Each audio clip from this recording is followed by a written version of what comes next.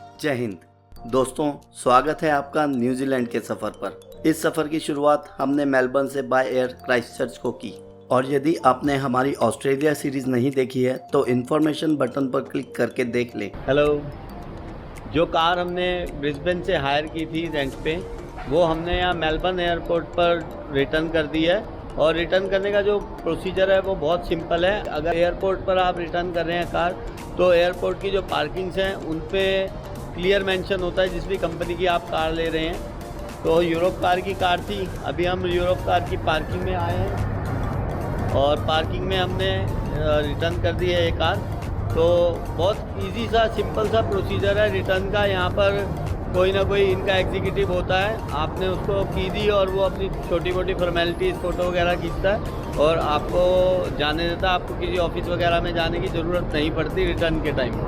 तो मेलबर्न को bye bye कहते हैं। जो कुछ रह गया है आप लोग बता देना, नेक्स्ट टाइम कोशिश करेंगे वो चीज़ें देखेंगे मेलबर्न की। अगर आप ऑस्ट्रेलिया आए हैं और आपने की हुई शॉपिंग पर टैक्स रिफंड लेना है तो बेस्ट है कि TR एप्लीकेशन अपने फ़ोन में डाउनलोड कर लें और उसमें अपनी शॉपिंग का सारा हिसाब फीड कर लें, जिससे आपका सारा रिकॉर्ड टैक्स डिपार्टमेंट के पास पहले ही होगा और बाद में टैक्स रिफंड लेते वक्त आपका टाइम वेस्ट नहीं होगा। टैक्स रिफंड के लिए कम से कम बिल 300 ऑस्ट्रेलियन डॉलर का होना चाहिए और ध्यान रहे कि जिस भी सामान पर आपको टैक्स रिफंड लेना है वो उस वक्त आपके पास हैंड कैरी में हो और फ्लाइट से 30 मिनट पहले ही आपको टैक्स रिफंड मिल सकता है।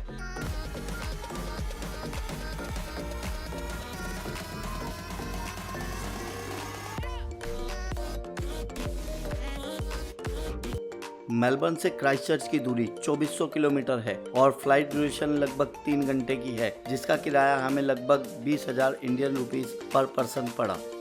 On behalf of your captain, Robert Luke, and the entire crew, I'd like to thank you for choosing our Jetstar today. It's been a pleasure having you on board, and we look forward to seeing you next time you use the fly. Thank you, and good afternoon. New Zealand का customs department शायद दुनिया में सबसे सख्त है। New Zealand में खाने पीने की चीज़ों को ले जाने पर बहुत सख्ती है, खासकर ताजे फल, बीज, शहद और मीट मांस तो भूल कर भी ना ले जाएं। आपकी सुविधा के लिए हम यहाँ न्यूजीलैंड इमिग्रेशन और कस्टम्स फॉर्म दिखा रहे हैं, तो कोशिश करें कुछ भी ऐसा ना ले जाएं जिससे कि आपको परेशानी का सामना करना पड़े।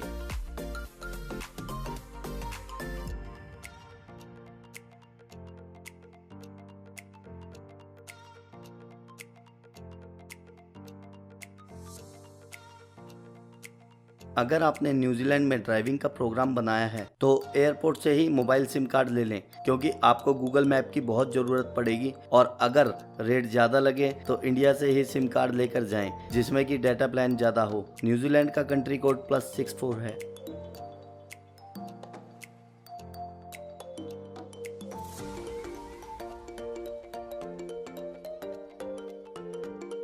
क्राइस्टचर्च एयरपोर्ट से सिटी सेंटर जाने के लिए बस और टैक्सी दोनों ऑप्शन अवेलेबल हैं। हमें कार रेंटल कंपनी के ऑफिस में जाना था, इसलिए हमने टैक्सी हायर की, जिसका रेंट स्टार्ट हुआ 4 न्यूजीलैंड डॉलर से।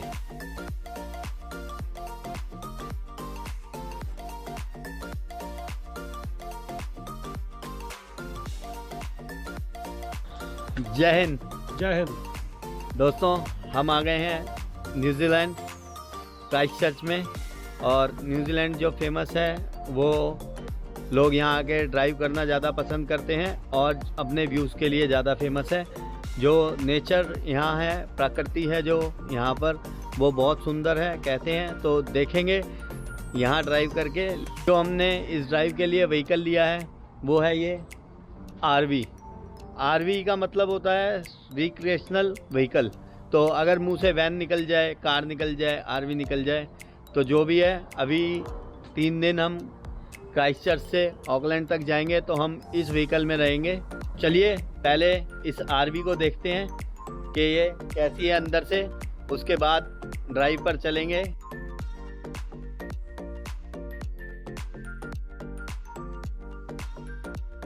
ऑलराइट, तो ये है कैंपिंग टेबल। जब आप किसी जगह पे अपनी गाड़ी को रोक कर खड़े हो तो इस पे चीज़ें रख कर खाना खा सकते हैं, ड्रिंक कर सकते हैं, कुछ भी। नीचे स्टोरेज है, ये रबिश स्टोरेज है, क्योंकि ये गीली हो सकती है तो इसलिए कोई इंपॉर्टेंट सामान इसके अंदर नहीं रख सकते। यहाँ पर इलेक्ट्रिसिटी आउटलेट है। जब भी आप किसी कैंपर वैन पार्किंग के अंदर रुकेंगे तो वहाँ पे आपको इलेक्ट्रिसिटी प्लग मिलेंगे, वो आप यहाँ पे लगाकर इसकी बैटरी और बाकी सब चीज़ें जो इसके अंदर यूज़ हो रही हैं वो यूज़ कर सकते हैं।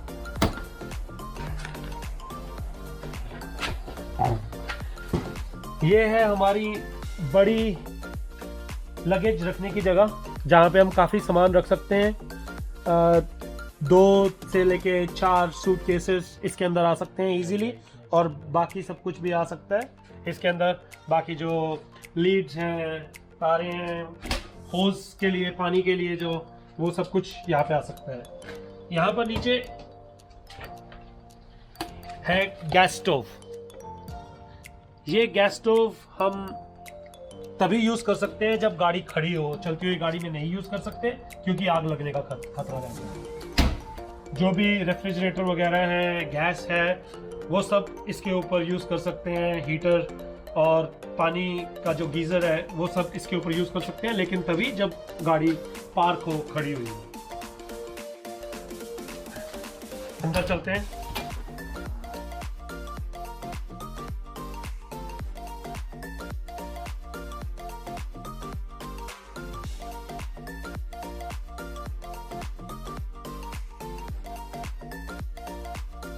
ये आगे ड्राइविंग सीट्स,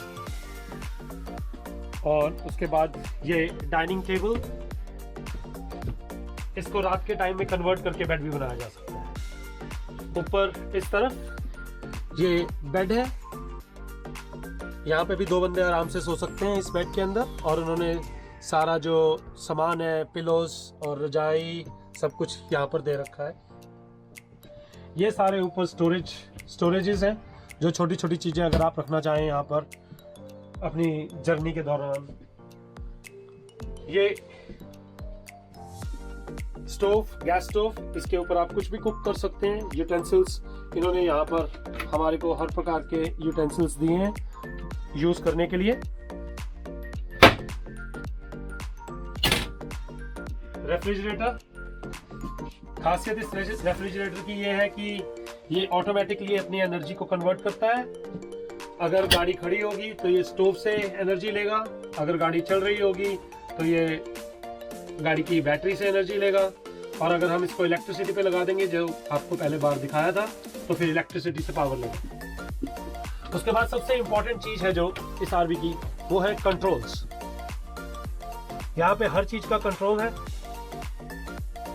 यहाँ से हम किसी भी चीज की पावर को कंट्रोल कर सकते हैं, जैसे कि गीजर, गर्म पानी, ठंडा पानी, वो सब कुछ यहाँ से कंट्रोल कर सकते हैं। रेफ्रिजरेटर कैसे चलेगा वो यहाँ से कंट्रोल कर सकते हैं। वाटर पंप्स है। वाटर पंप इसलिए इम्पोर्टेंट है कि अगर हम वाटर पंप ऑन नहीं करेंगे तो पानी नहीं आएगा बाहर, ना वॉश बेसिन में, ना टॉयलेट के अंदर, कहीं पर भी पानी नहीं चलेगा। तो वाटर पंप ऑन करना बहुत ज़रूरी है। उसके अलावा यहाँ पे कंट्रोल हीटर का है, और टेलीविज़न का, और माइक्रोवेव का। ये सारे के सारे कंट्रोल्स यहाँ हैं। ज़्यादा इम्पॉर्टेंट चीज़ है जो इसके अंदर, वो ये है, ये टेस्ट बटन, जो आपको बताता है कि आपके पास फ्रेश वाटर कितना है और गंदा पानी कितना है। इससे आपको पता चल जाएगा कि कब आपको गंदा पानी निकालना है और फ्रेश वाटर दोबारा से भरना है गाड़ी के अंदर।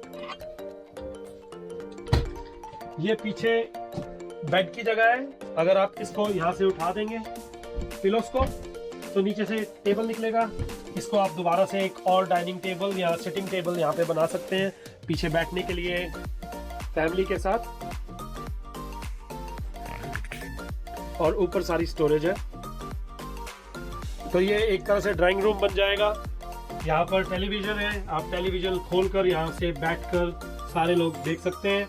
ऊपर डीवीडी है इसके अंदर, और यूएसबी के साथ भी आप इस टेलीविजन को देख सकते हैं। यहाँ इस तरफ बाथरूम और टॉयलेट आ जाता है।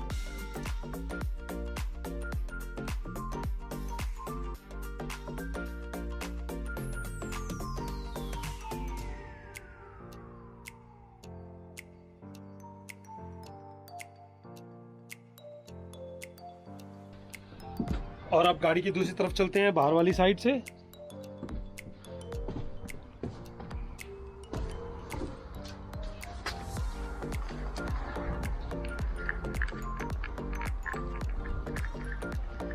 यहाँ पर जो सबसे ज़्यादा इम्पोर्टेंट चीज़ है वो है टॉयलेट का कैन, जो जब भी फुल होगा आपको निकालना पड़ेगा यहाँ से,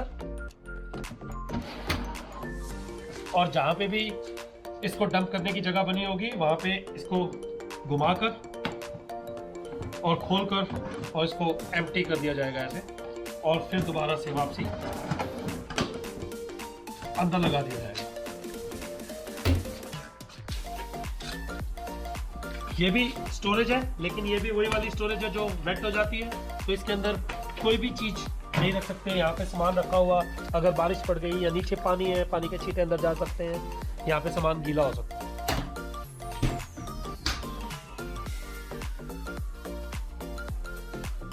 ये हीट होज है, इसको हम कवर नहीं कर सकते, बंद नहीं कर सकते, क्योंकि ये वेंटिलेशन के लिए यूज होता है। और ये दूसरी तरफ जो हमने पहले देखा था स्टोरेज के लिए, दोनों तरफ से सामान रख सकते हैं यहाँ पर।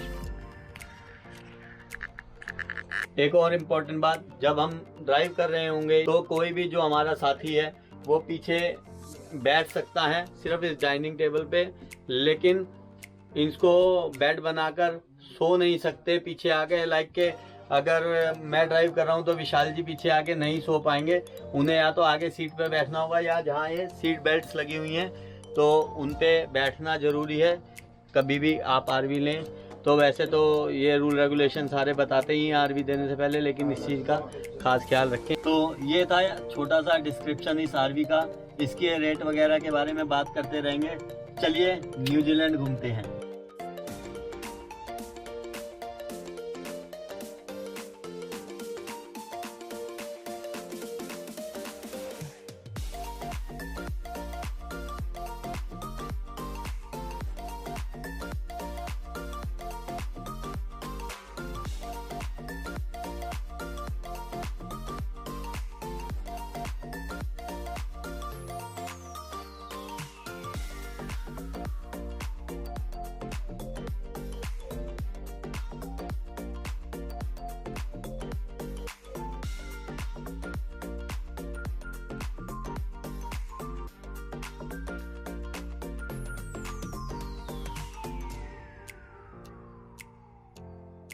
स्पीड लिमिट जो है न्यूजीलैंड में सिटीज़ में 50 है, और आपको बहुत ख्याल रखना पड़ेगा। स्पीड ओवर लिमिट का यहाँ चालान ज़्यादा है और कोई उसमें बख्शिश नहीं है, आपको छोड़ा नहीं जाएगा। ये गिव अवे की जगह है, यहाँ पर पहले आपको जो भी गाड़ी रोड पर आ रही होगी पीछे से उसको जगह देनी पड़ेगी।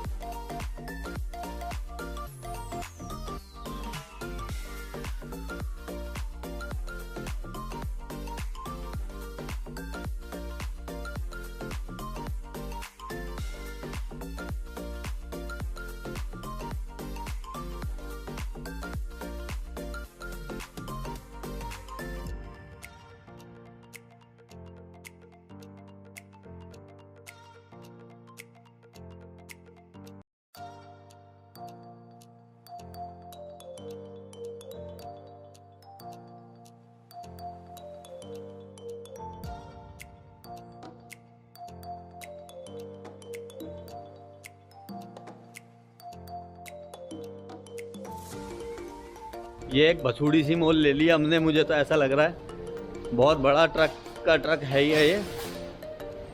और अभी हम मॉल में आए हैं, यहाँ क्राइस्टचर्च के नॉर्थलैंड मॉल में कुछ सामान लेने, पानी वगैरह लेने।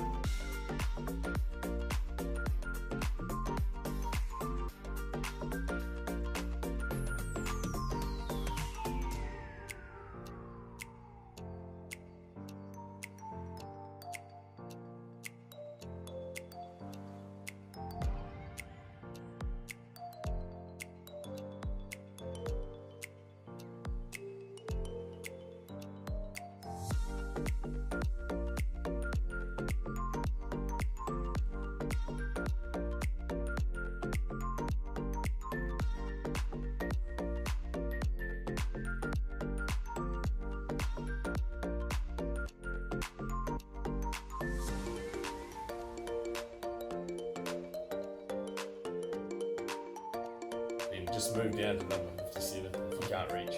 So if we book out of Quick Service, we have to tell you? No, I'm about to close, so you won't be able to tell me. Perfect, thank you. Thank you.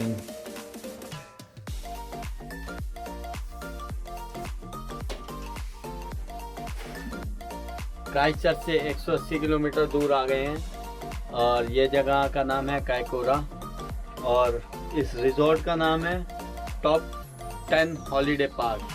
तो अभी हमने यहाँ RV park कर दी है और आप कभी भी आ रहे हैं न्यूजीलैंड तो कहना यही रहेगा कि इसे ना लें, क्योंकि अगर आपको रूल रेगुलेशंस रोड्स के नहीं पता तो शायद आपको दिक्कत हो सकती है।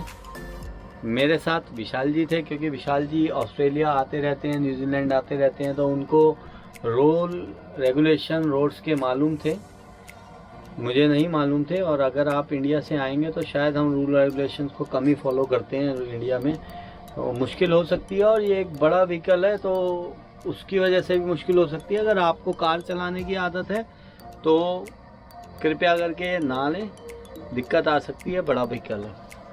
खैर अभी जो टेम्परेचर है यहाँ कायकोरा में 8 डिग्री सेल्सियस है और न्यूजीलैंड में ऑस्ट्रेलिया से ज़्यादा ठंड रहती है जब यहाँ विंटर्स होते हैं। अभी विंटर्स का टाइम है, अगस्त का महीना है 2019। फ़िलहाल मैं और विशाल जी बाहर हैं और बारबेक्यू कर रहे हैं। और हाँ, आप लोगों में से बहुत से दोस्तों को जानना होगा कि इसके लिए क्या रेंट पे किया हमने। इसका जो रेंट है वो हमने पे किया है 1000 न्यूजीलैंड डॉलर्स, अप्रॉक्सीमेटली 45 से 40 हज़ार इंडियन रुपीज़ हैं 3 दिन के लिए, जिसमें कि इसकी इंश्योरेंसेस पे की हैं हमने, जो कि लाइक कुछ इंश्योरेंस अलग होती हैं, जैसे कि फ्रंट जो इसका ग्लास है उसकी इंश्योरेंस कवर नहीं थी, वो भी हमने ले ली है। और इसकी क्लीनिंग जब हम रिटर्न करेंगे उसकी क्लीनिंग भी है, सब कुछ। तो मतलब सारा पैकेज जो भी है हमें 46,000 रुपीज़ का पड़ा है, इंडियन रुपीज़ का 3 दिन के लिए। और जो अभी हमने यहाँ पार्क किया है इस कायकोरा पार्क में, और टॉप 10 पार्क इसका नाम है, मैंने आपको पहले भी बताया।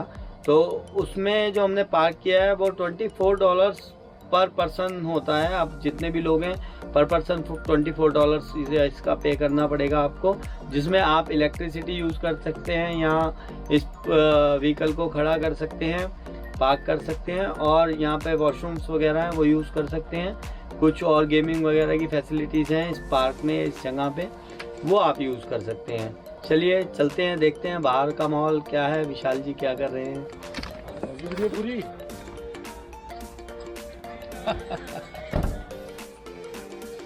बहुत अंधेरा है बाहर तो शायद आपको कुछ भी ना दिख रहा हो, लेकिन बहुत अच्छा माहौल, बहुत शांत माहौल है।